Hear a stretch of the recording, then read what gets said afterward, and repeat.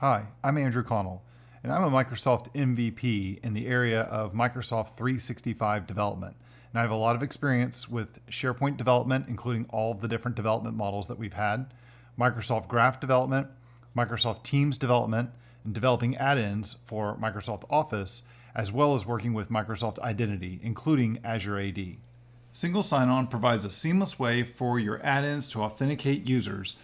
Using this method, your add-in can authenticate the user to retrieve identity information or to obtain from another secured endpoint, such as Microsoft Graph. To do this, your add-in must call a server-side web API that is registered with Azure AD. So that's what this module is about. We're going to learn how to implement SSO for our Office add-ins.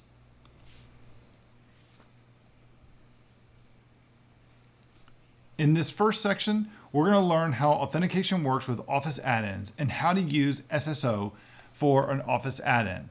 There's a couple things we're going to focus on: authentication and authorization with Office add-ins, Office add-ins and single sign-on, understanding the SSO flow, and implementing SSO in an Office add-in.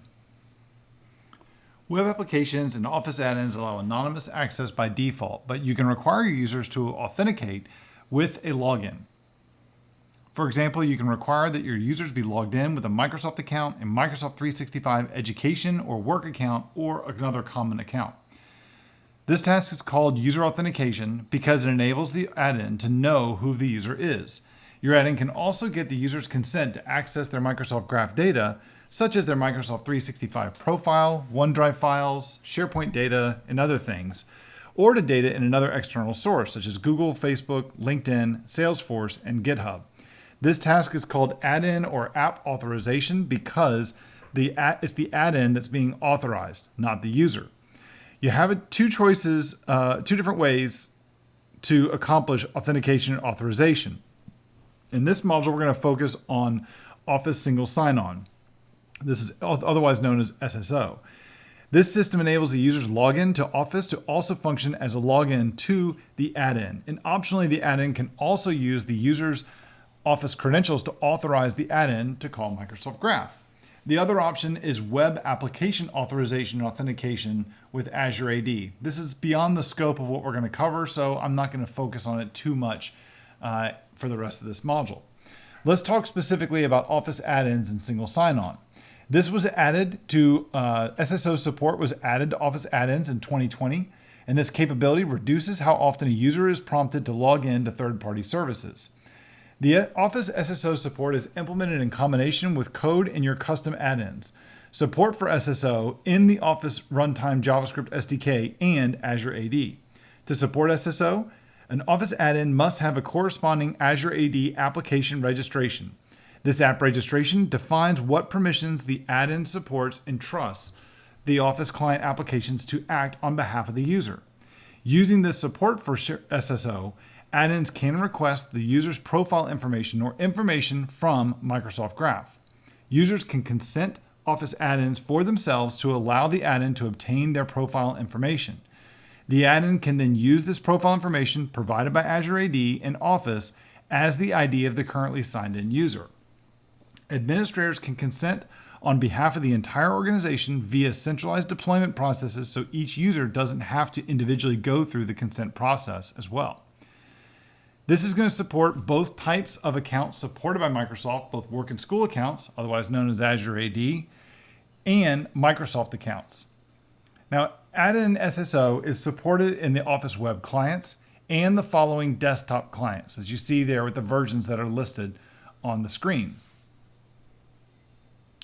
Now, let's look at how the SSO process works at runtime. So I'm going to run through each one of these different steps with those little numbers, circled numbers throughout the slide. Now in step 1, in the add-in, JavaScript calls a new Office.js API called getAccessToken. This tells the Office client application to obtain an access token to the add-in. Now if the user hasn't signed in yet, the Office client application is going to pop up a window for the user to sign into, and that's step 2. Now in step 3, if this is the first time the user has used the add-in, they're going to be prompted to consent the add-in. In step 4, the Office client application requests the add-in token from Azure AD's V2 endpoint for the current user. And then in step 5, Azure AD sends the add-in token to the Office client application. In step 6, the Office client application then sends the add-in token to the add-in as part of the result object returned by the getAccessToken call. In step 7, JavaScript in the add-in can parse the token and extract the information it needs, such as the user's email address. And then finally in step 8, at least optionally, the add-in can then send an HTTP request to its server side for more data about the user, such as the user's preferences, but instead the access token itself could also be sent server side for parsing and validation as well over there. So let's talk about implementing SSO in Office add-ins. There are 3 different things we have to do. We have to register an Azure AD application, associate the add-in with the Azure AD app, and then implement the client-side code to obtain the access token from the hosting client. So let's look at each one of these. This is the first one, registering an Azure AD app. In this first step, we have to register an Azure AD app for the add-in. The Azure AD applications that are used to support SSO in Office add-ins have many different requirements. For example, they must be multi-tenant apps, they can expose the access as user permission, and they should also trust all the Office client applications calling the app. The developer tools provided by Microsoft include a utility, Configure SSO, that's going to register the Azure AD application with all the required settings during your development process. Another unit in this module, or in this that you'll see in the screencast we cover later, but it's also in the associated module, it's going to go into depth on how to create a new Azure AD application for use by an Office add-in that implements SSO. A couple things to note here is that you'll see here that I am creating in the Expose API section of my Azure AD app. Notice that I've specified the URL for the client ID. I've specified the URL where the app is, and you can see that in the first screen on the far left-hand side where it says the application ID URI. Now what that is, it says API : // and then it's got the domain of where my add-in is hosted, and then it's got the GUID of my Azure AD app. You need to use that format. And then furthermore, you're going to need to also go in and define these different scopes. And we'll see that when we do the demo. The one scope that you have to define is the access as user. And what that's doing is that's giving Office the ability to act on behalf of the current user. Then at the bottom there, you see those 2 IDs where it says authorized client applications.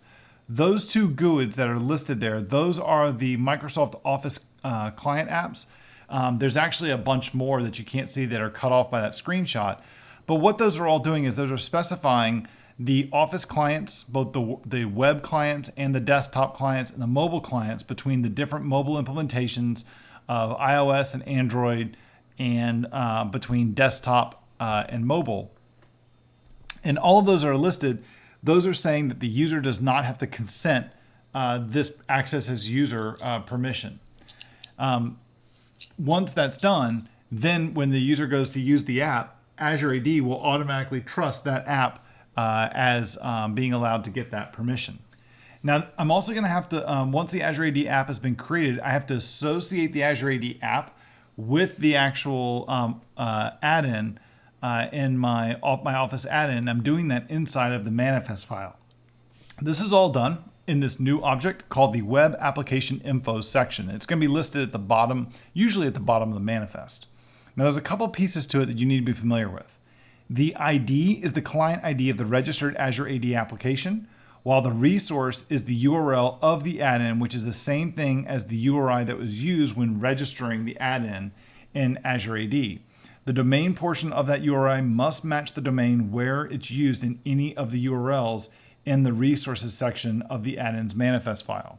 There are permissions or scopes that the add-in is also going to need from Azure AD, and those should be listed as well as the permissions that are going to be requested by the add-in. Now, one thing that you should pay attention here is that the OpenID permissions of profile and OpenID are always going to be needed by the add-in. These may be the only permissions that are needed unless your add-in needs to call another service, such as Microsoft Graph. In addition, some libraries that use your add-in may require even more additional properties. So like, for example, if you're using msal.net, that requires the offline access permission as well. And then finally, your add-in is going to implement some client-side code to implement and support SSO. If you use the tools provided by Microsoft, your add-in project will include the most of the boilerplate code to support SSO. This is true if you use either the Office developer tools for Visual Studio 2019 for ASP.NET or the Yeoman generator for Microsoft Office for VS Code for a Node.js based add-in. Now there's an API method called getAccessToken, and that's going to be used by the add-in to request an access token from the hosting Office client. The Office client will request an access token from Azure AD using the application previously registered with Azure AD. The token returned by Azure AD can be used to identify the user, but it can be also used as a bootstrap token in obtaining an access token that can be used to submit requests to Microsoft Graph, assuming the add-in and the user have been granted specific Microsoft Graph permissions. Now, your add-in may just need to identify the user, and if that's the case, then you're going to get a bunch of properties that you can use for the user with this bootstrap token.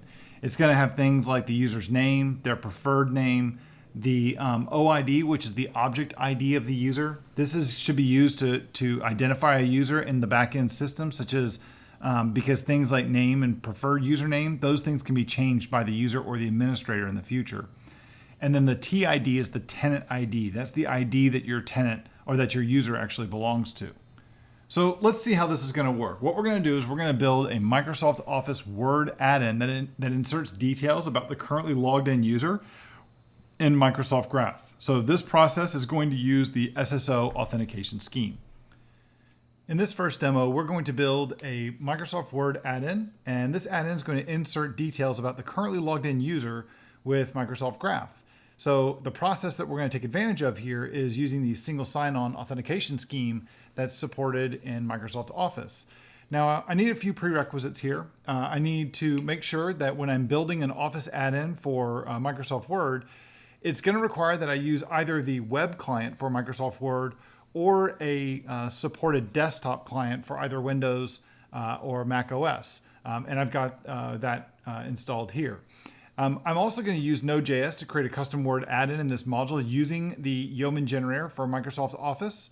And so let's take a look and make sure and just see what I have installed here. So I can look at the version of Node that I have installed is version 12. And then I'll do an npm list everything global. And let's just see a list of everything that I have installed globally on my workstation. All right, so here we can see that I have the generator version 1.7.6 already installed. And then I also have Yeoman also installed as well. These other things don't really have any relation or are important for this workshop or this demo that I'm doing right now. So the first thing we're going to do is we're going to go ahead and we're going to create our add-in. I'm going to do that by just typing in yo office. Now, when I run the yo office command, we're going to get a bunch of prompts about data collection policies for Yeoman and the Office add-in CLI tools. I'm going to get that if it's the very first time that I've used the Yeoman and the Yeoman generator, but I've already been through that, so I don't have to worry about that stuff. So the first thing that we're going to do is we're going to go ahead and choose a task pane project that supports single sign-on. I'm going to choose that we're going to do this using JavaScript. As far as the name for my add-in, I'll just call it my Word SSO add-in. And then which client, I'm going to go ahead and choose Word.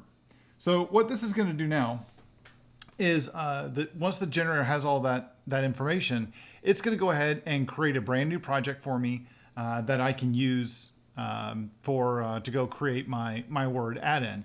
So it's creating the folders and the files, and then it's installing all the dependencies that are needed for a Word add-in project. So I'm going to go ahead and just let this finish, and we'll come back to the demo when this process is finished. All right, so we've got everything already installed here. Let's take a look at what we have, and there we have my Word SSO add-in. So I'm going to go into my Word SSO add-in, and I'm going to go ahead and open it up inside of Visual Studio Code. All right, so now that we have it in Visual Studio Code, let's take a look at some of the stuff that we have here inside of VS Code. So all Word add-in projects are going to include a bunch of folders and files that implement an add-in for Microsoft Word. And the add-in is mostly implemented in this source folder and specifically in the commands and in the task pane folders. The files in these two folders are going to implement the basic task pane add-in and some optional commands as well to trigger the add-in. Now, let's take a look at some of the other files that are added to the project that support implementing an SSO experience for users. So these can be found all inside of this helpers folder here. So the document.helper file, this file is going to use the Office.js API library to retrieve data from Microsoft Graph and add it to the Word document. And then all of these three fallback auth dialog files, the HTML file, the JS file, actually these two files here, the HTML file and the JavaScript file here. What these are going to do is these are giving us a UI less, so it's not going to have any UI to it, page. And what that's going to do is it's going to load the JavaScript for the fallback authentication strategy. That's being handled both by the JavaScript file and by this HTML file that's provided. And that's going to come in useful when I am not already logged in to Office 365 to get data from Microsoft Graph. This fallback auth helper file, this is the JavaScript for the task pane that's going to invoke the fallback authentication strategy in those scenarios when SSO authentication is not supported. And then the SSO auth helper JS file, this last one here, this contains all the JavaScript that calls the single sign-on API and the get access token method that's going to receive the bootstrap token, initiate the exchange of the bootstrap token for an access token to be used to call Microsoft Graph. This file also is going to include the code to call the Microsoft Graph endpoint. Now, as I talked about already, that we've already learned how to go about that an Office add-in must have an associated Azure AD application registration in order for the user to sign in and obtain an access token to call Microsoft Graph. So before I can test my project, I need to register the Azure AD application and then update the project to use the Azure AD application. Now, what's neat about this is that the Office add-in project includes a utility that can create the Azure AD application registration and update the project for me. So what I'm going to do is I'm going to jump back over to my command prompt. And I'm going to I'm going to do an npm run configure SSO. Now what this process is going to do is it's going to go ahead and launch a browser, and it's going to prompt me to authenticate to Microsoft Azure. And it needs to do that in order to connect to Azure Active Directory to register the application. So I'm going to go ahead and sign in as my test user.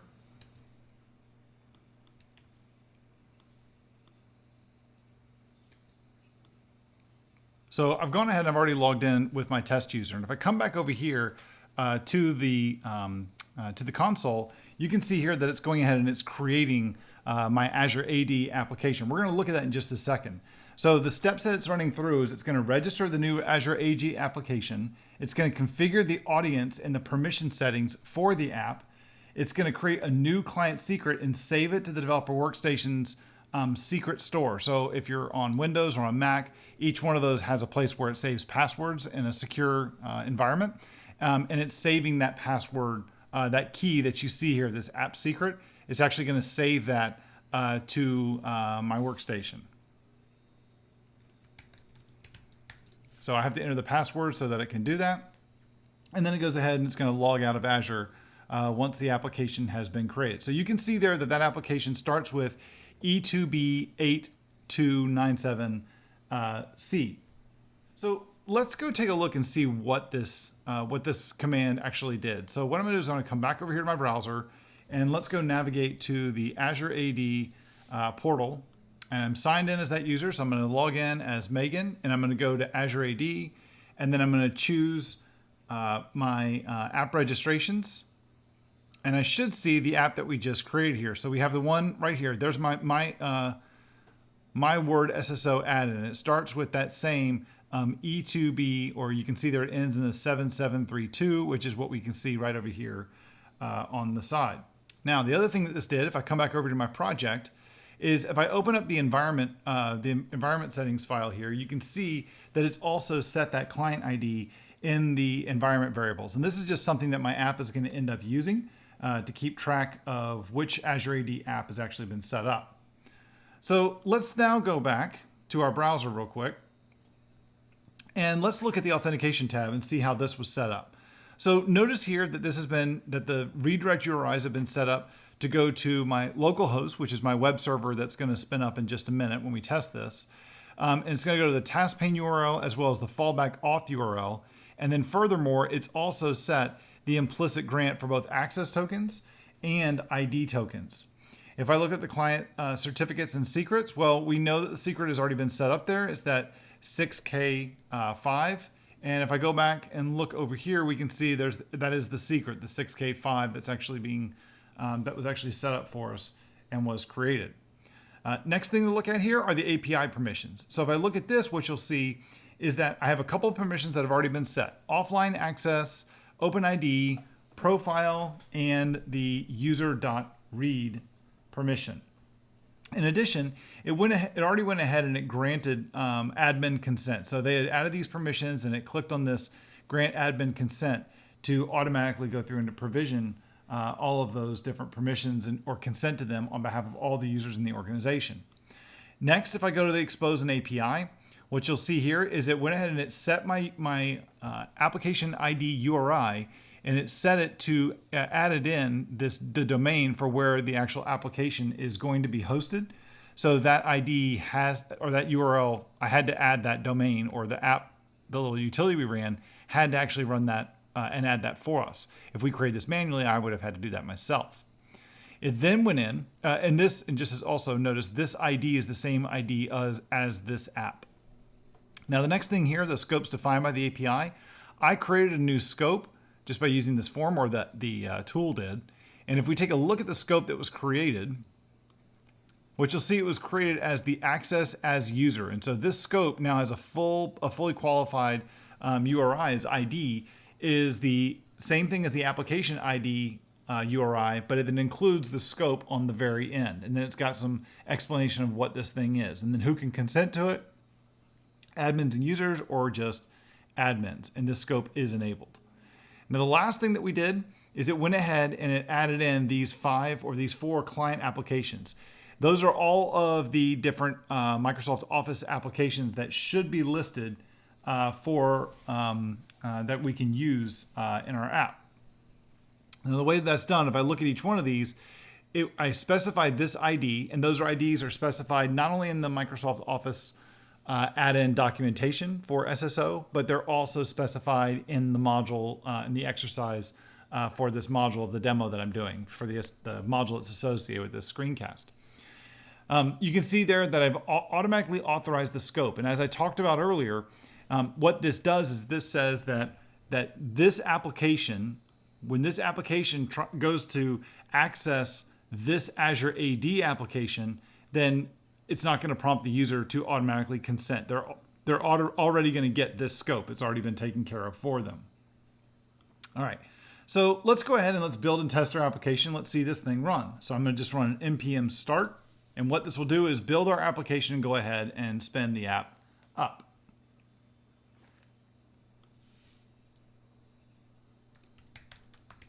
One thing that you might notice here is it did prompt me for my password for a second to access something on my machine, specifically the key or the secret that was stored in my secret store.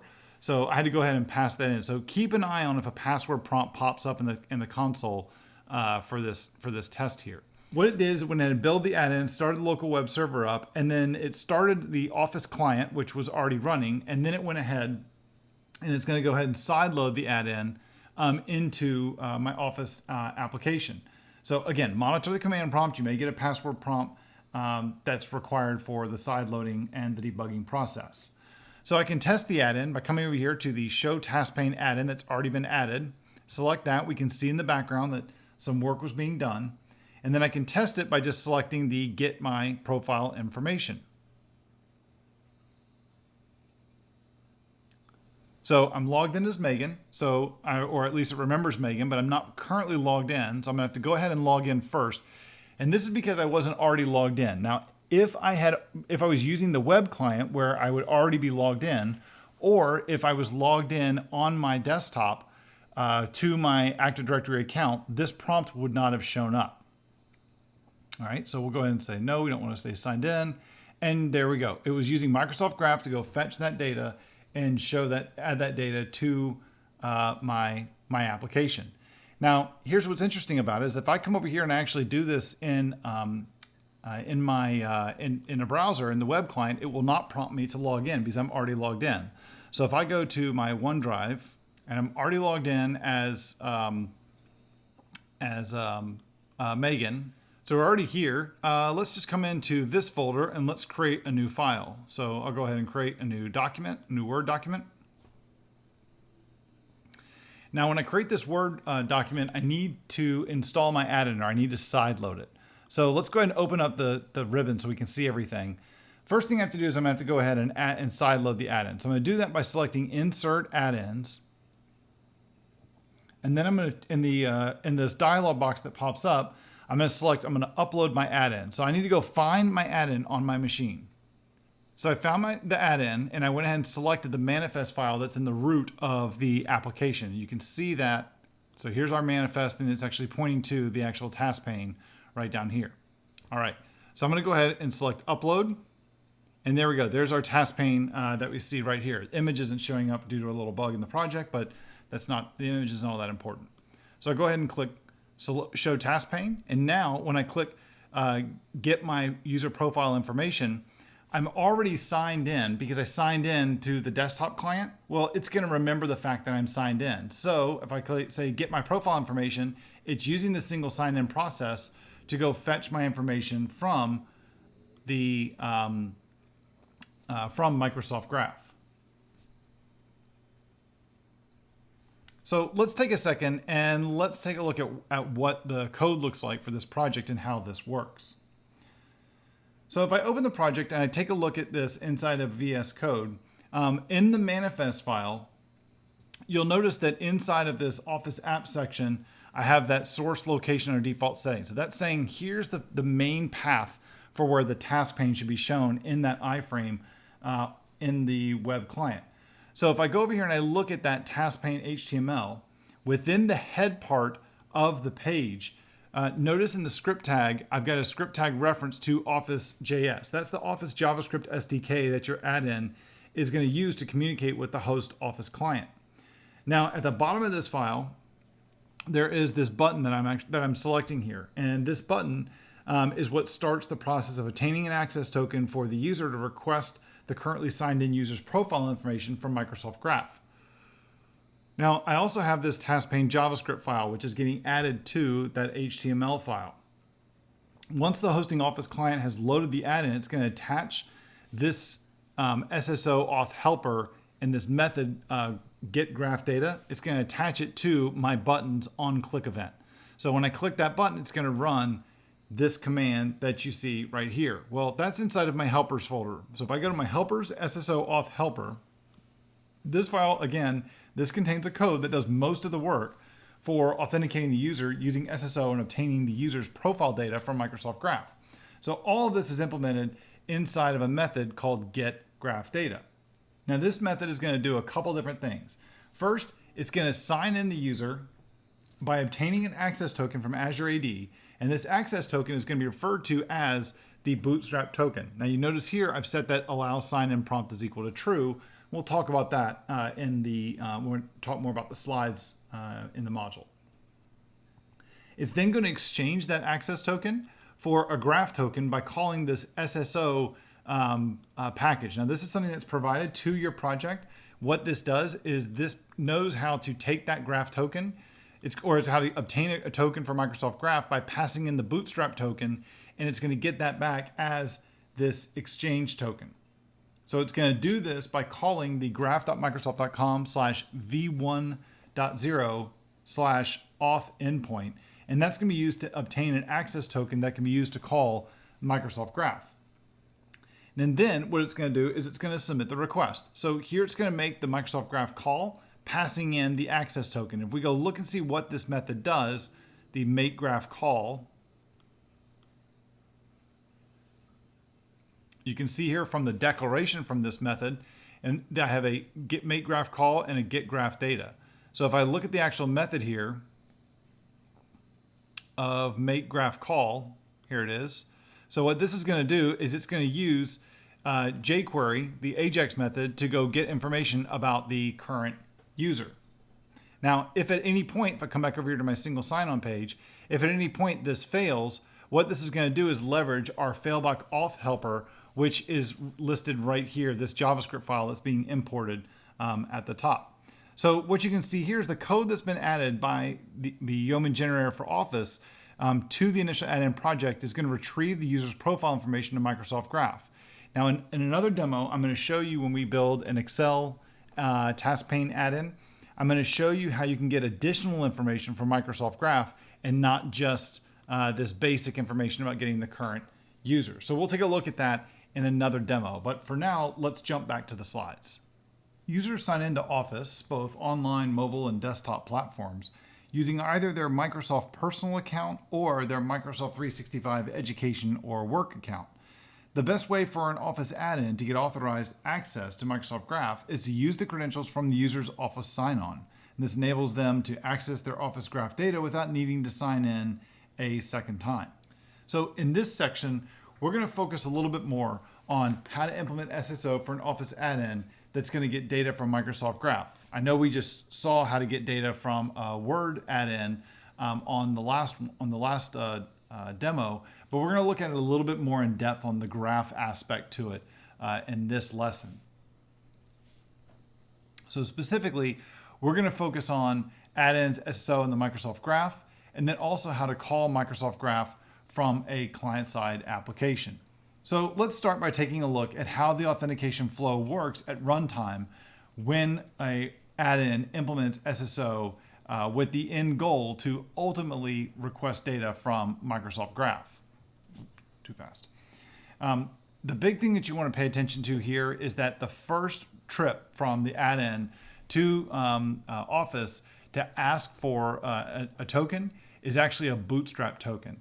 And when I say bootstrap, it really is an access token, but that access token only contains like identification information in it about the user, like OpenID based information.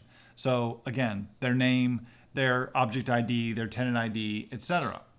Well, they can't, they need to get, this token is not going to be able to be used to call Microsoft Graph. Instead, you're going to have to exchange this token for another token that can be used to call Microsoft Graph using the OBO flow or the on behalf of OAuth flow. So let's see how this process is going to be just a little bit different.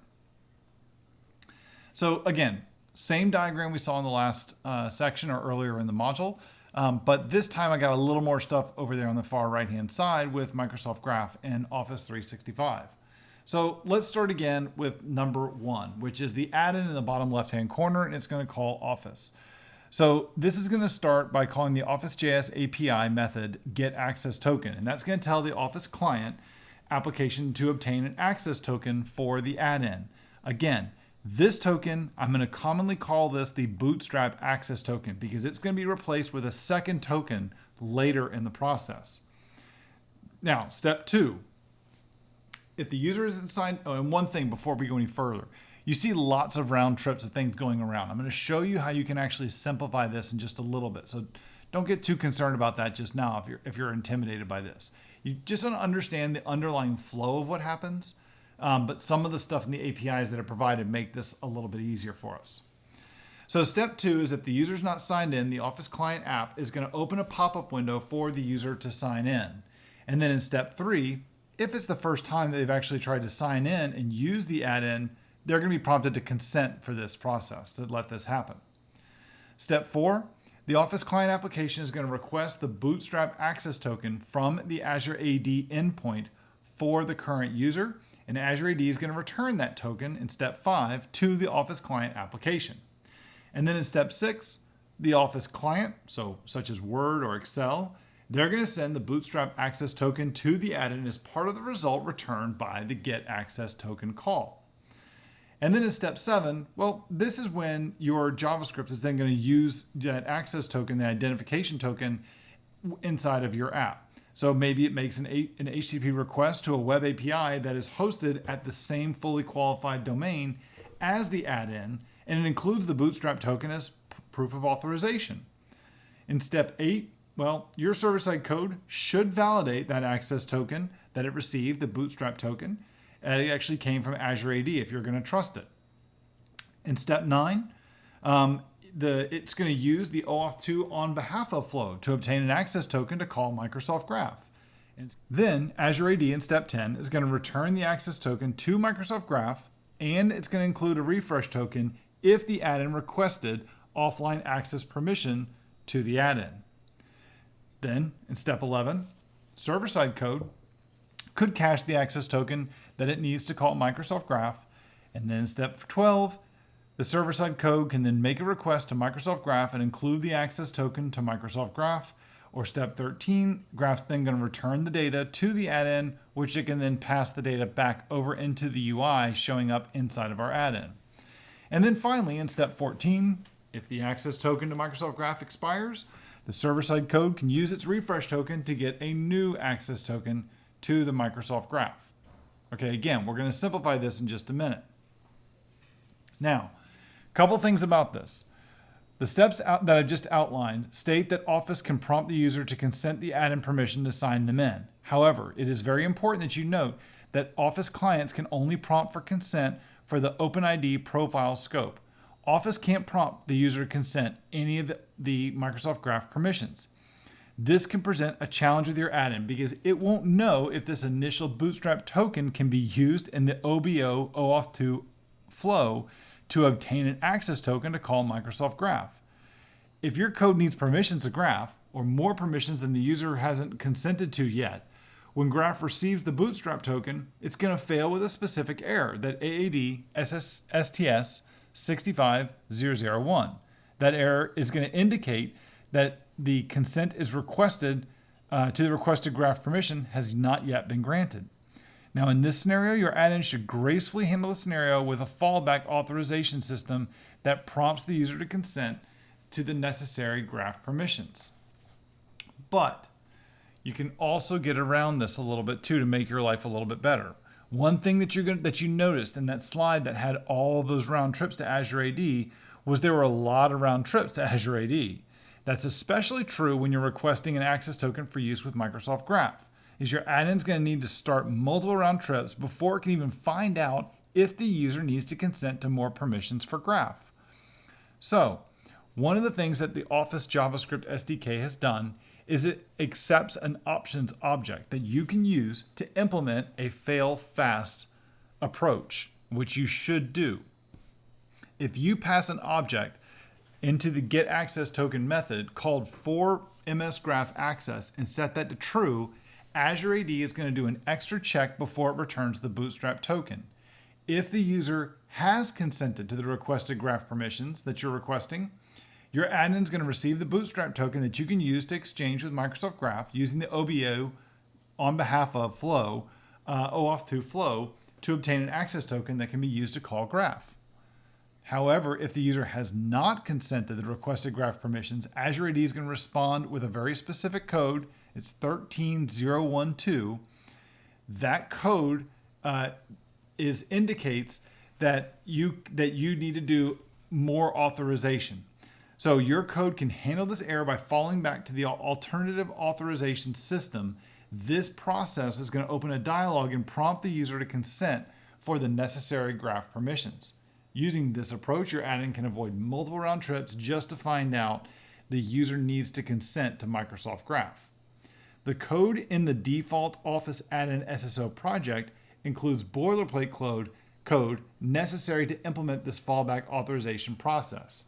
All this code is going to be all found in a helpers folder inside of the project that's created by the Office Add-in tooling.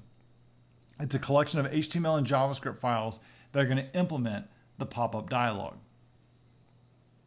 Now, to submit a request for Microsoft Graph, from the client side, you first call the get access token request. You can see that about a third of the way down in the code, where the method that we're calling is office runtime.auth.getAccessToken, and what we get back is the bootstrap token. In this example, I'm using the allow sign-in prompt true option that I can use if the add-in can be used when the add-in launches and no signed-in user is present. Because maybe, for example, I launched Word from the desktop and I wasn't signed into my Office 365 account. So it says if they aren't, then I can go ahead and prompt them to sign in inside of Office.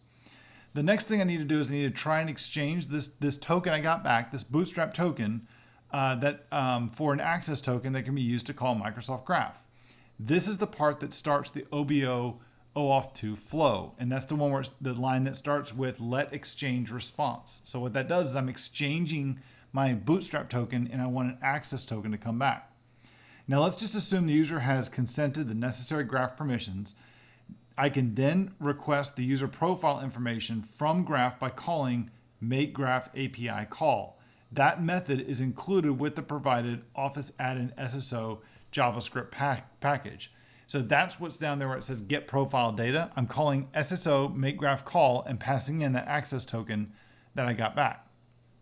But if I need more control over the request to Microsoft Graph, such as including calling a specific endpoint or providing more control over the URL parameters, I can use the method that you see there at the bottom called get graph data. And what that's going to do is I have to pass in the access token, the endpoint that I want to go to, such as /me/messages, and then the URL parameters as well to have a little bit more control over the request. Now, as I mentioned previously, if the user has not granted consent to Microsoft Graph for the necessary permissions, or if they need to sign in, all of the code snippets above can be wrapped up in a try-catch block that handles the authentication and authorization errors returned by Azure AD. In those cases, it implements the fallback authorization dialog system that you see here. So here I've got my fallback helper. I'm going to try and get a bootstrap token, then call the exchange bootstrap token for access, and then call Microsoft Graph. But at any point, if an exception happened, I can check to see if the code that I get, if I get a code back, I'm going to call the handle client-side errors method, and if that does not succeed, or if that succeeds, then I'm going to be able to call the fallback method. If that doesn't succeed, well, then I'm going to have another exception I'm going to have to end up dealing with here and display that. So let's see a demo with this using an Excel add-in this time. So we're going to build an Excel add-in that adds a list of the recent emails received by the currently logged in user with a Microsoft Graph. With Microsoft Graph, I'm going to show that in a spreadsheet. This process uses the single sign-on authentication scheme. So we're going to spend a little more time looking at that whole exchanging a token process with Microsoft Graph this time. All right, in this second demonstration, we're going to build a Excel add-in that's going to add a list of all the recent emails that have been received by the currently logged in user with the Microsoft Graph.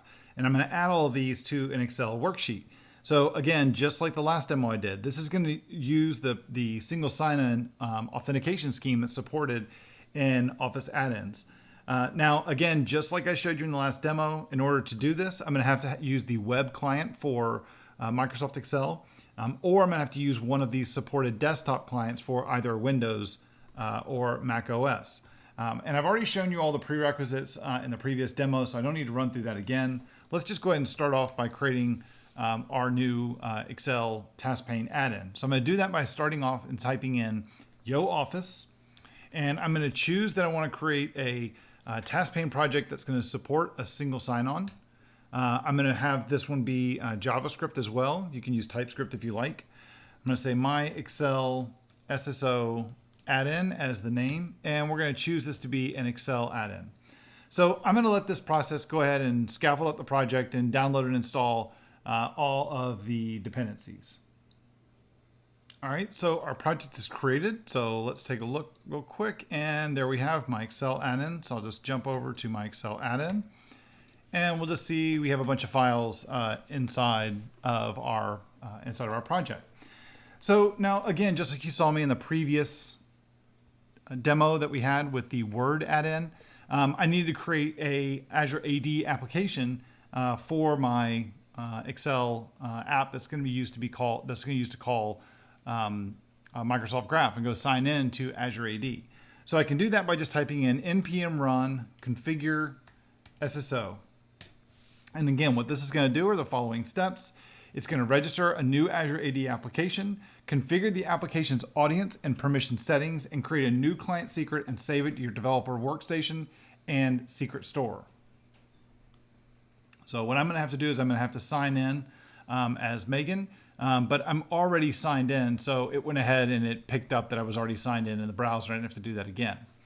So now it's going to go ahead and it's creating the app. It's going to go configure the app, the audience, the permission settings, creating a new client ID and saving it to my developer workstation, and the secret for the secret store. It's going to put that in my own secret store on my desktop.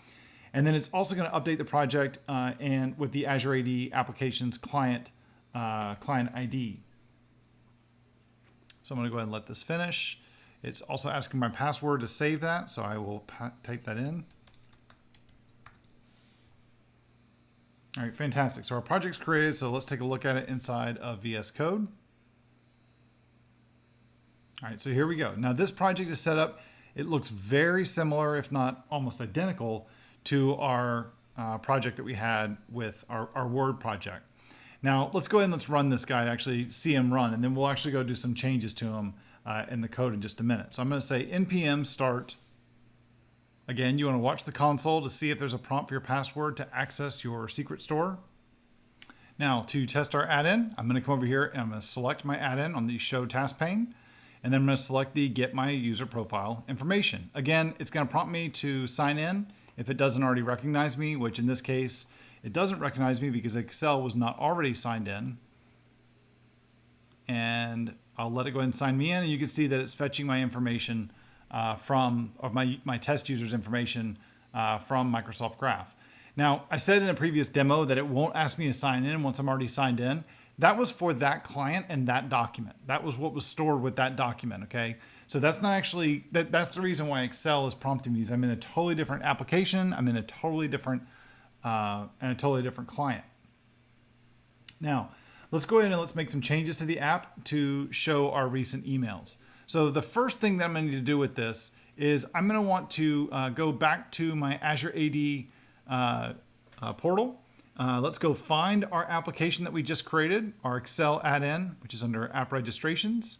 And here's our Excel SSO add-in. And what I'm going to do is I'm going to go to our API permissions. I'm going to add in a new permission to Microsoft Graph. It's going to be a delegated permission, and it's going to be the permission mail.read. It's this permission right here. So I'm going to go ahead and I'm going to add that permission. And just to make my development life a little bit easier, I'm going to go ahead and I'm going to grant consent so I don't have to go through the consent process. But you can try that out if you don't do this. You'll see what that failback auth process looks like when you add it. Okay, so I've got my app has now been updated, so it's going to have that new, it'll grab that new consent. Now, let's go back to our code and let's go make some changes to this. So inside of our task pane that we see here, all right, so what we're going to do is we're going to go modify our HTML. So what I want to do is I want to find, let's go down to the main section of our add-in, and let's go find this page, this file, or this line right here where it says, click the Get My User Profile Information button.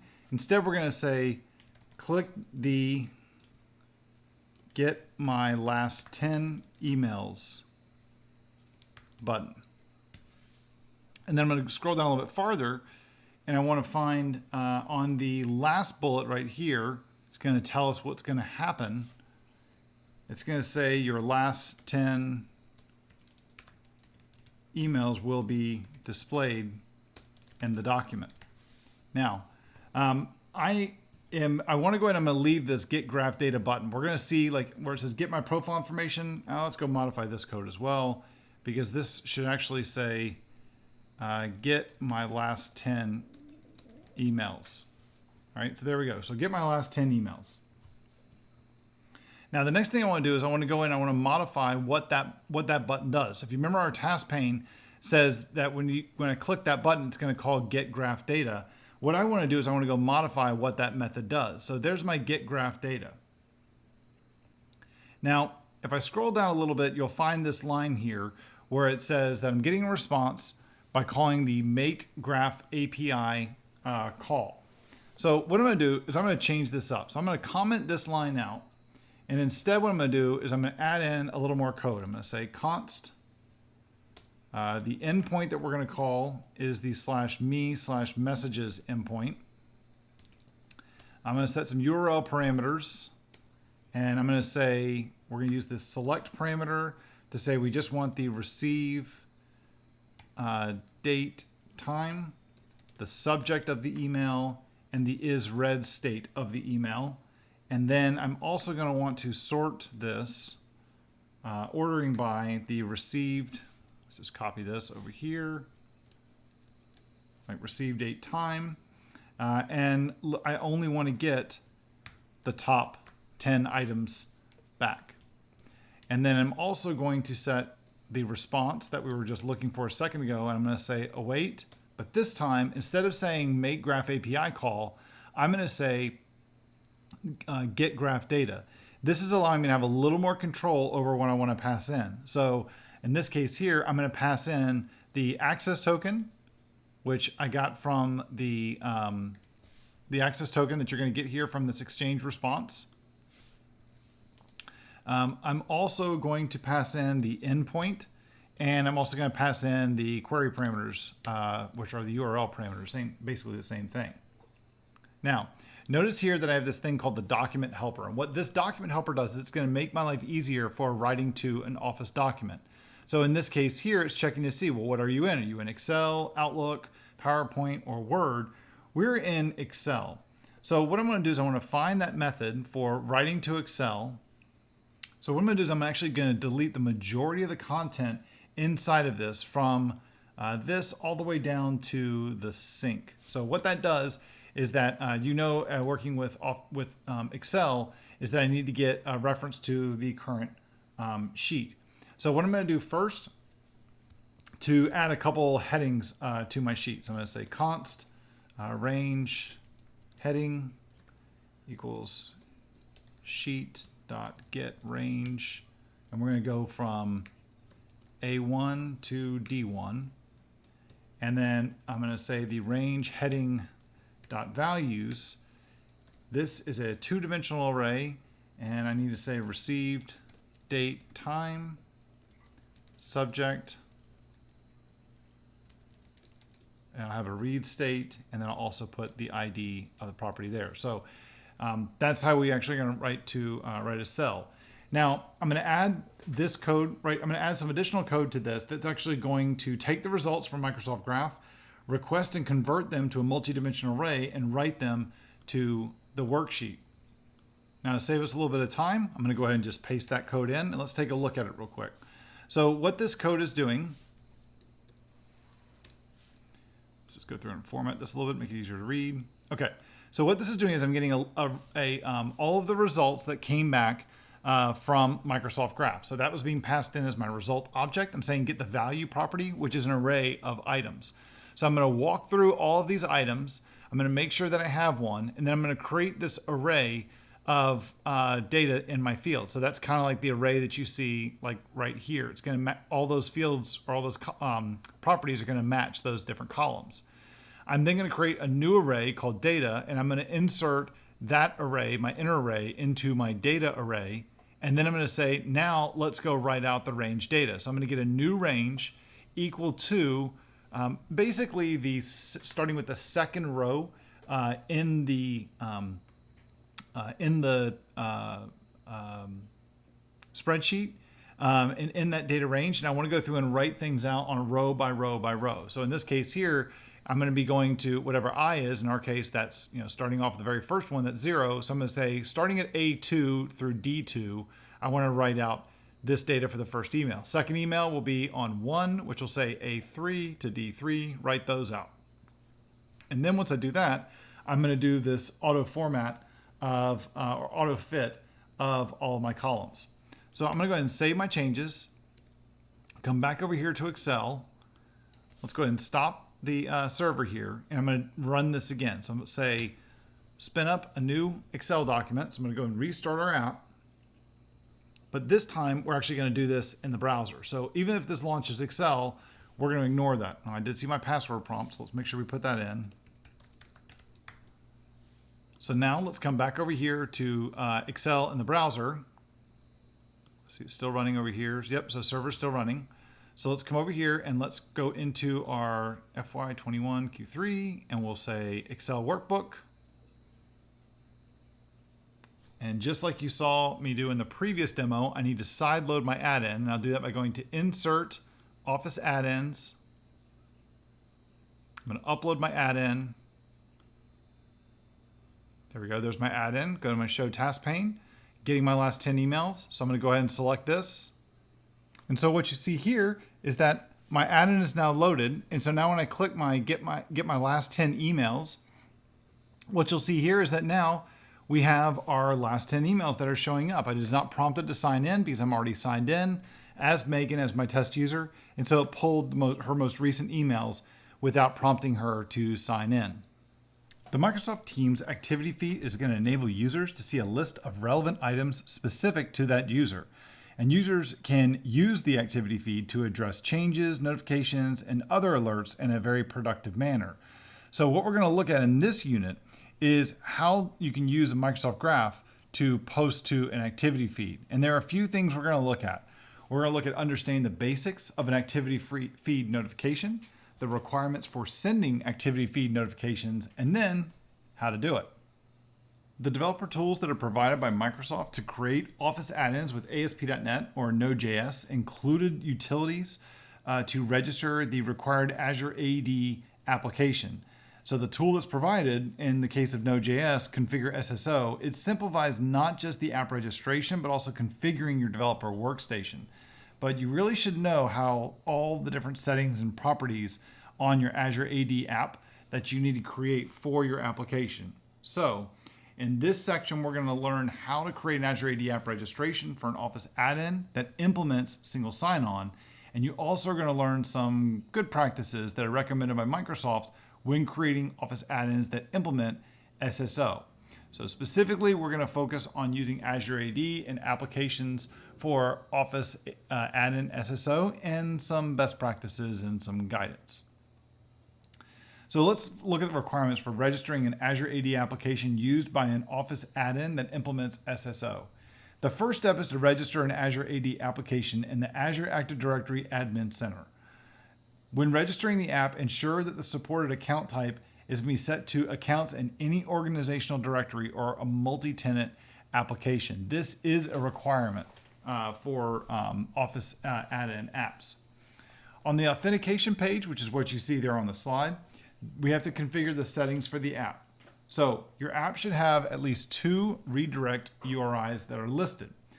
You should have one that is the add-in page, such as the URL of the task pane HTML page. So in this case here, it's taskpane.html, and a fallback page, such as the fallback auth dialog.html page when there's an error. Now, both the implicit grant and hybrid flow token options should be enabled because Office add-ins are typically client-side apps. Access tokens and ID tokens are the two that should be checked off. And you see those there at the bottom of that slide. Now, the next thing are the permissions. Another part of the Azure AD app that's important are the permissions that it needs to work. Now, every Azure AD app that's used in Office add-ins must be granted the OpenID permissions of OpenID and Profile that you see there listed on the slide. Depending on the library that you're using, it may require additional permissions, like the msal.net library requires offline access. If your add-in needs any permission from Microsoft Graph, they should also be added here as well.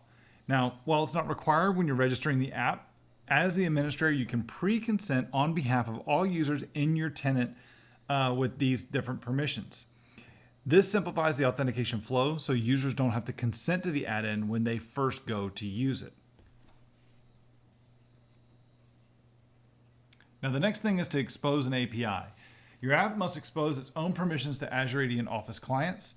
On the Expose an API blade, you're going to set the application ID URI, and by default, this should be set to app ID : the GUID of the Azure AD app. But you're going to need to update it because you need to include the domain where your add-in code base is going to be hosted. So include the URL before the app ID part of the URI. For example, it should be something like app ID : addin.contoso.com / and then the ID of the app. Or as you see there on the slide, that is localhost.:3000 / and then the ID. The next step is you have to expose a permission that's also called a scope. This scope is called access as user. And this is going to be used by the Office clients to indicate that they can act on behalf of the signed in user when providing the Bootstrap token to Microsoft Graph when starting the on behalf of flow. And then finally, you should grant this permission to all the Office client apps. This configures the app to trust all client applications to obtain the access as user permission. Each Office client type is represented by a unique ID. Make sure that you include all 5 of the following applications when you are doing this. Ensure that you enable the access as user permission. There are 5 different clients you need to grant access to. These are all well documented, both in the Office Add-in documentation, but also in this module. The 5 are: there's a pair for the Microsoft Office clients, there's a desktop clients, there's a pair for the Office clients on the web, and then there's also one for Outlook on the web as well, because that has a little bit of a different requirement. Now, let's talk a little bit about some best practices for SSO deployment. The first is that allow consent prompt. So use that only if you need the user's profile information, because in some scenarios you may only use SSO to get the user's profile. So in that case, consider overriding the default behavior of the sign-in process when you call the get access token in the client SDK. The default value is set to true. If you set it, or is set to false. And the recommendation is set it to true if you're going to just need the user's profile. So when it's set to false, the property is going to enable Office to silently obtain an access token or through an interactive consent once one's required. So when it's set to false, if Office fails to get the token because the user hasn't consented, it's going to get this descriptive error. But when you set it to true, Office is going to display an interactive consent after it fails to silently get the token. You should also implement a failback authorization method. I talked a little bit about this already, but the authentication and authorization process with Office add-ins isn't always a straight path to success. So as this module is explained, there are multiple scenarios where your add-in may fail during the authorization process. This can include the scenario where your user hasn't consented to Microsoft Graph permissions and your add-in is going to actually need. So in that case, it's better if your add-in can fail quickly to prompt your user early on to consent to the necessary permissions. This is a better approach than waiting until later in the process to notify that user. Next is implementing the fail fast approach to authorization. Repeating the previous section, remember what you learned in the previous lesson. When Office requests the initial Bootstrap token, it can include the for graph access to true authorization option when calling get access token in the Office.js SDK. When Azure AD receives this, it does another check to see if the user has already consented to the requested Microsoft Graph permissions, because if they haven't, Azure AD responds with a specific error code that your add-in can handle in the fallback authorization system to prompt the user to consent to the Microsoft Graph permissions. And then finally, consider pre-authorizing all of your Office clients with your add-in. As I showed you already, you can pre-authorize your Azure AD application registration used by the Office add-in to trust all the Office clients. That includes Office clients on the desktop, mobile, and web clients. If you do this, it's going to ensure your add-in is going to work across the maximum number of scenarios where you could actually use it.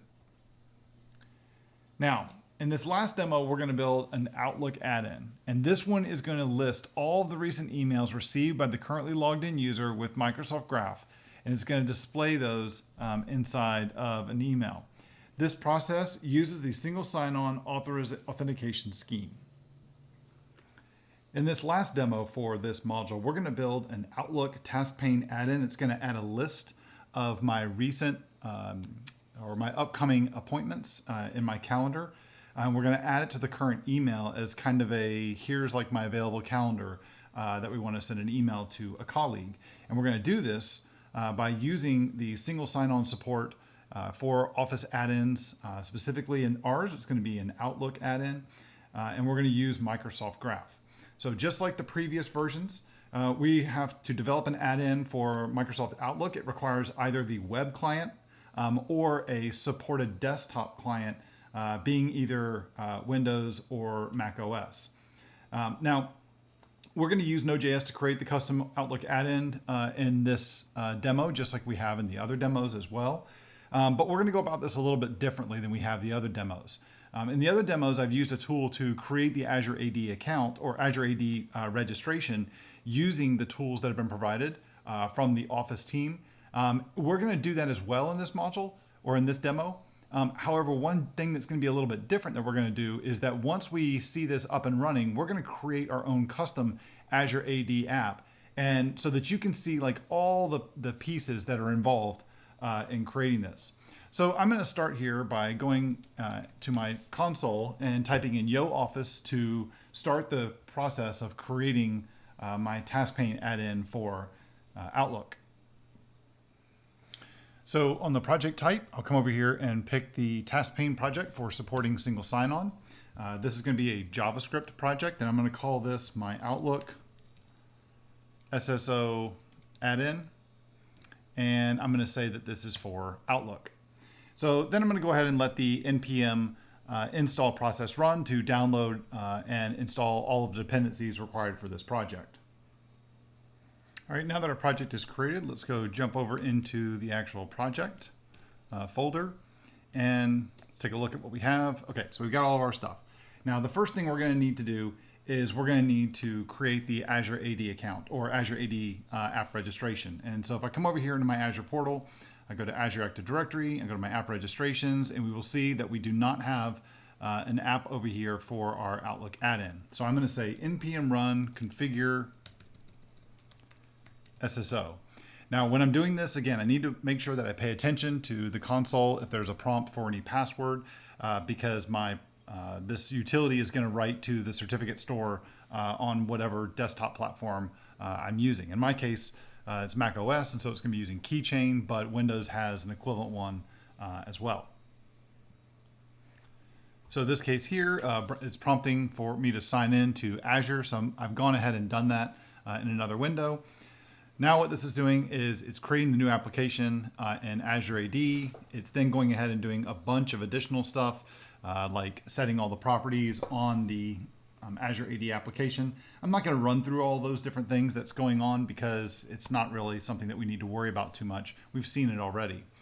Let me go over here and let's open up Outlook.com to take a look at our application. So here I am signed in using my Megan Bowen test account here. You can see that listed. And in the background, I can actually see that we're being prompted for the password. So let me take care of that. All right, so it says it's created our app registration, and the secret has this -JBD at the prefix. So let's go ahead and let's double check that. So I'll come over here and we will refresh this page on app registrations, and there we go. We can see our Outlook add-in. I can see the ID of the application is 0BE5, which is 0BE5. That's this one right here, matches. And if I look at the authentication and scroll down to the, actually let's go to secrets, I can see our secret that's being used as well. So great, so we're in good shape with this. So let's go ahead and let's test this out. So what I'm going to do is I'm going to say npm start, and that's going to build the project and spin up my local web server for our add-in. And then I'm going to come over here to my Outlook Outlook in the browser. Just make sure that I don't have a password being prompted over here on the console, because it's going to need that for the key. Let's just see if I see it anywhere. Nope, I don't see a prompt for a password anywhere. Server running on 3000, so I think we're good. Okay, so what we're going to do is let's go create a brand new email message. So I'll do that.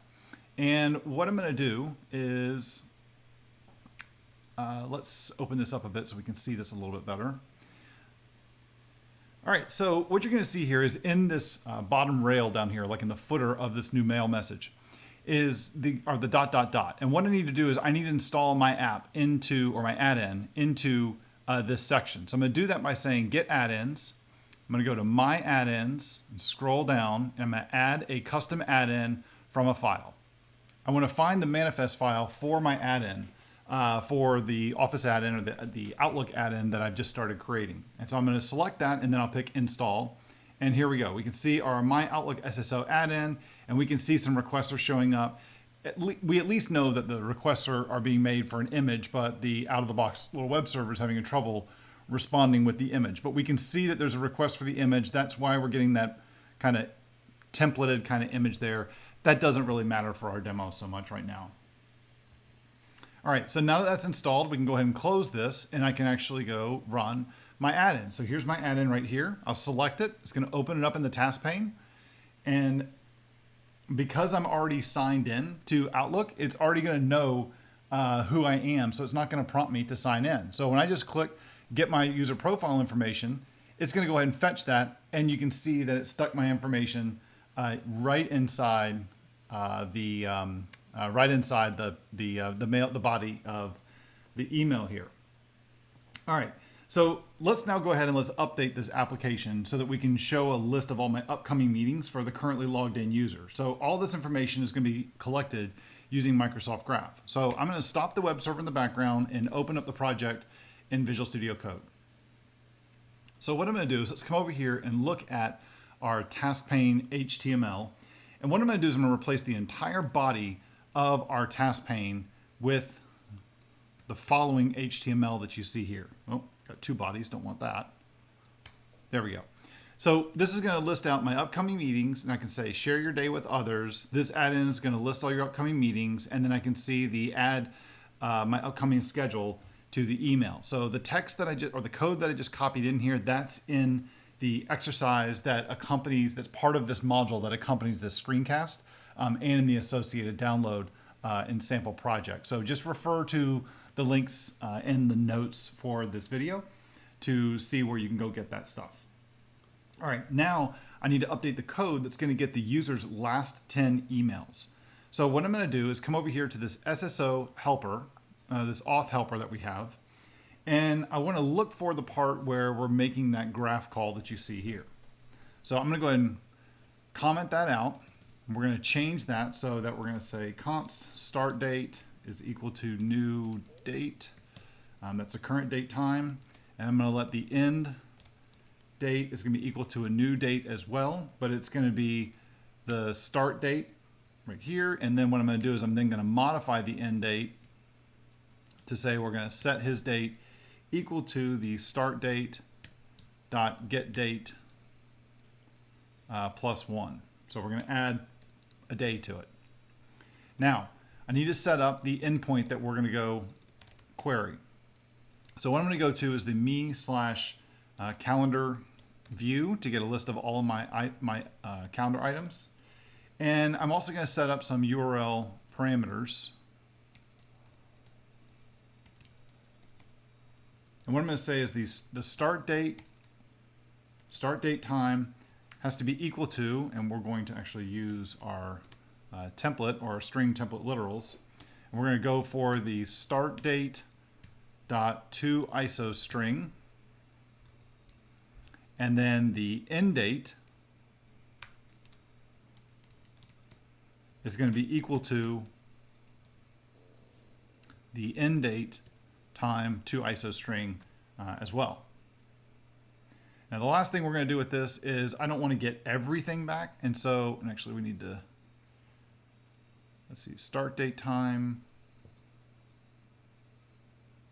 end date time, and then let's go ahead and let's filter or let's say that I only want to get the select equals the subject, the start time, and the end time.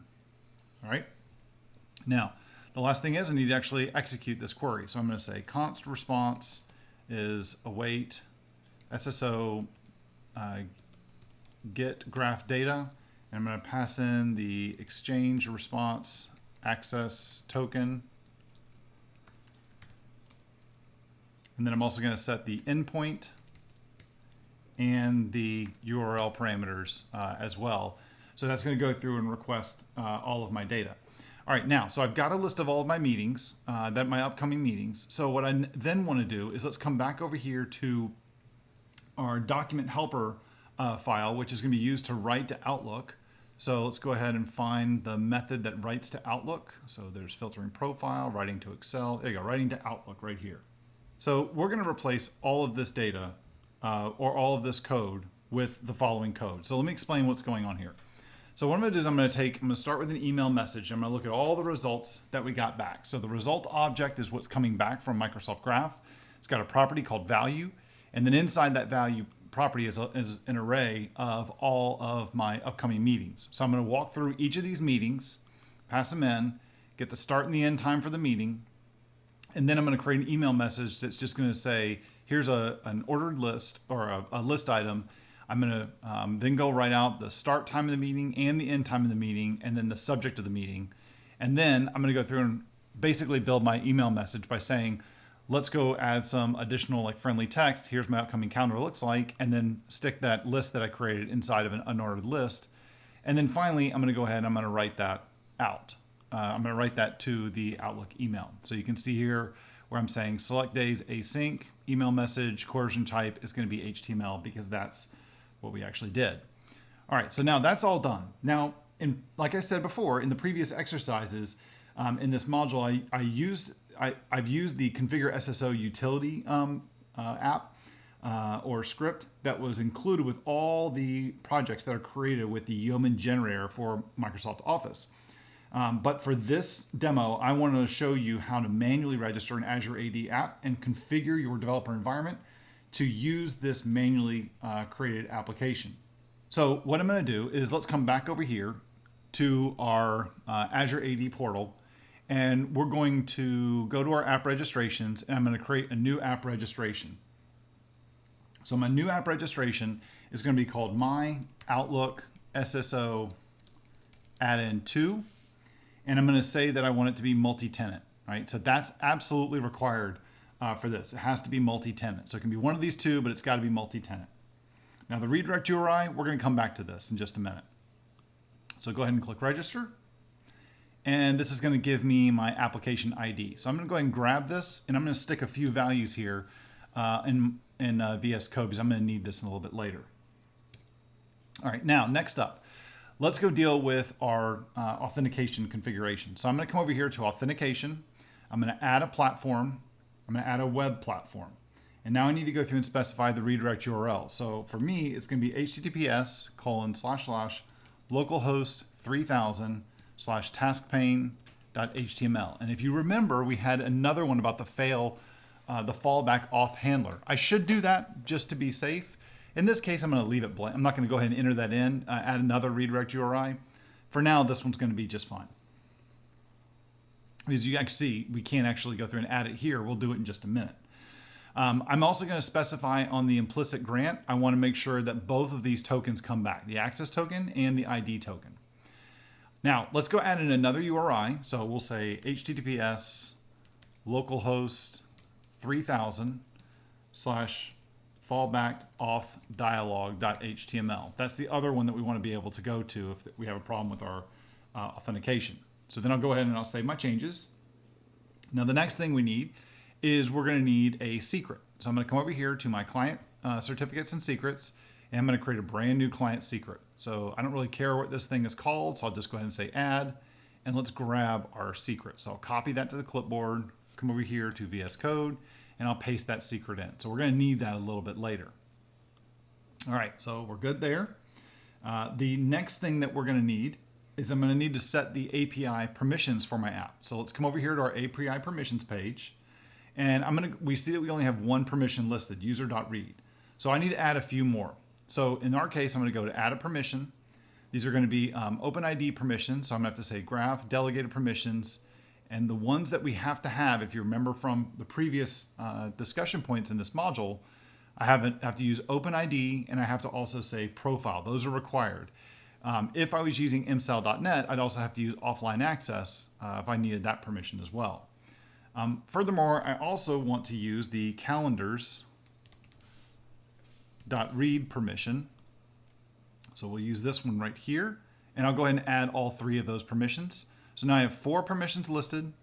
To make my life easier, I don't want to have the user have to go through and consent to these. So I'm going to go ahead and consent on behalf of all users in my organization. And so now you'll see that over here where all my users now have been consented. All right, now the next thing that I have to do is I have to specify an API. So I'm going to expose an API, and I'm going to do that by going to the application ID URI and clicking set. Now with this is the default application URI. This is not going to work for single sign-on. What I need to do is I need to put in the domain. So localhost 3000, where my application is going to be hosted. I need to put that in there. And then I'll save my changes. Now, we need to also define a new permission that our API is going to respect. So the permission that I need to add, which is also called a scope, is access as user. It needs to be specified just like that. Now, admins and users can grant this permission, and then I need to go through and specify some things on what the consent dialog would actually show. So I could say something like Office can act as the user, but when the user does it, I'll say Office can act as you. And then for the description, this is enable Office to call the add-ins web API with the same rights as the current user. But then I'll come down here and I'll say basically the same thing for the user consent, but I'll say the same rights that you have. So make it a little more personal, right? So these values right here, which show up in the consent dialog. I also want to have this enabled. So I have the state set to enabled, and I'll go ahead and add the scope. Now this is the fun part. I need to specify all of the Office clients where this can be used. So both the web clients and the desktop clients. So I'm going to take time to do this. Now these IDs that I'm going to use here are all listed in the Office Add-in documentation. They're all for SSO. They're also listed in the module that accompanies this screencast. So refer to that if you need to learn those things. So I'm going to add in this first one and say it's automatically authorized for this scope. We've already explained what that means when we select that. So I'll go ahead and do it again for another one. I've got 5 of these I need to do. So those are the 2 desktop clients. These are web clients. Now this is because it's Outlook. I really don't have to do these web clients because this is Office on the web. There's 2 of them, right? But this last one here is for Outlook on the web, which is really where we're testing it. So that's really the only one that we really needed.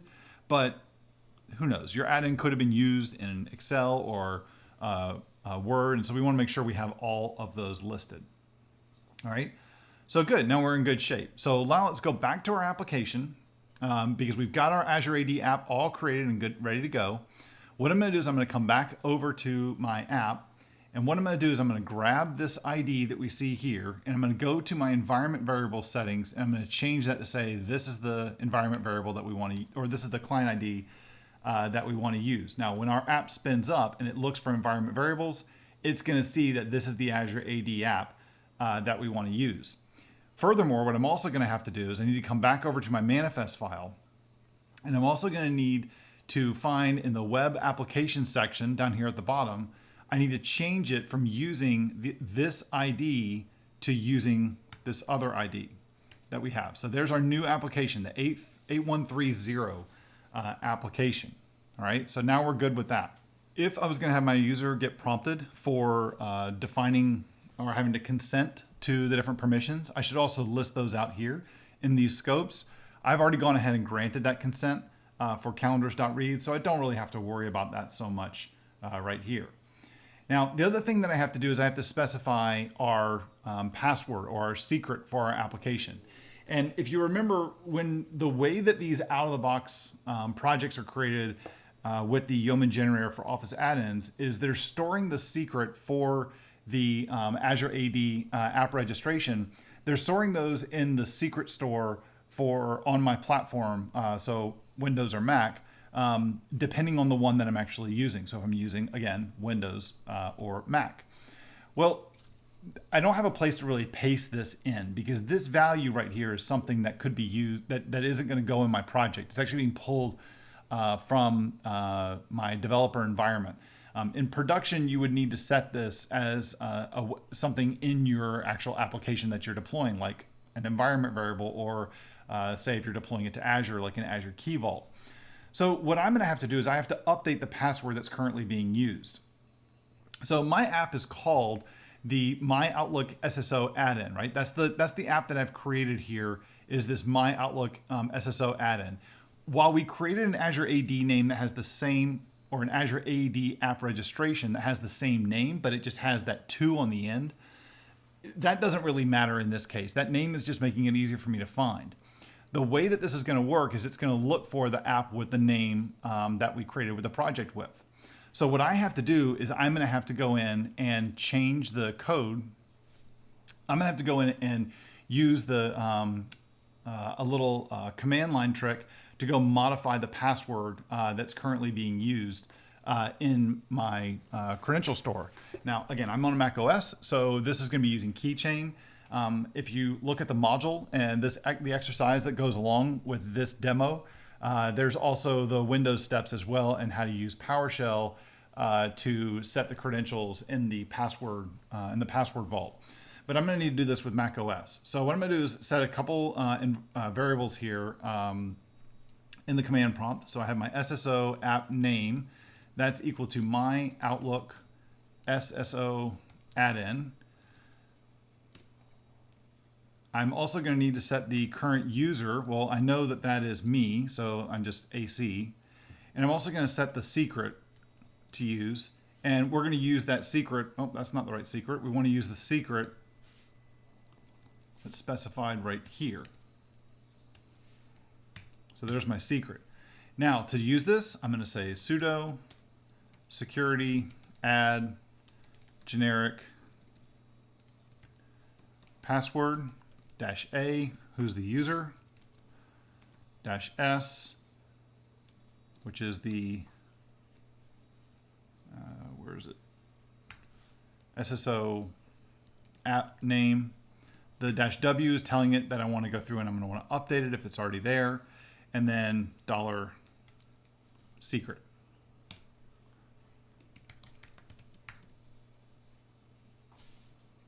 So it went ahead and it's already gone ahead and it's updated my password.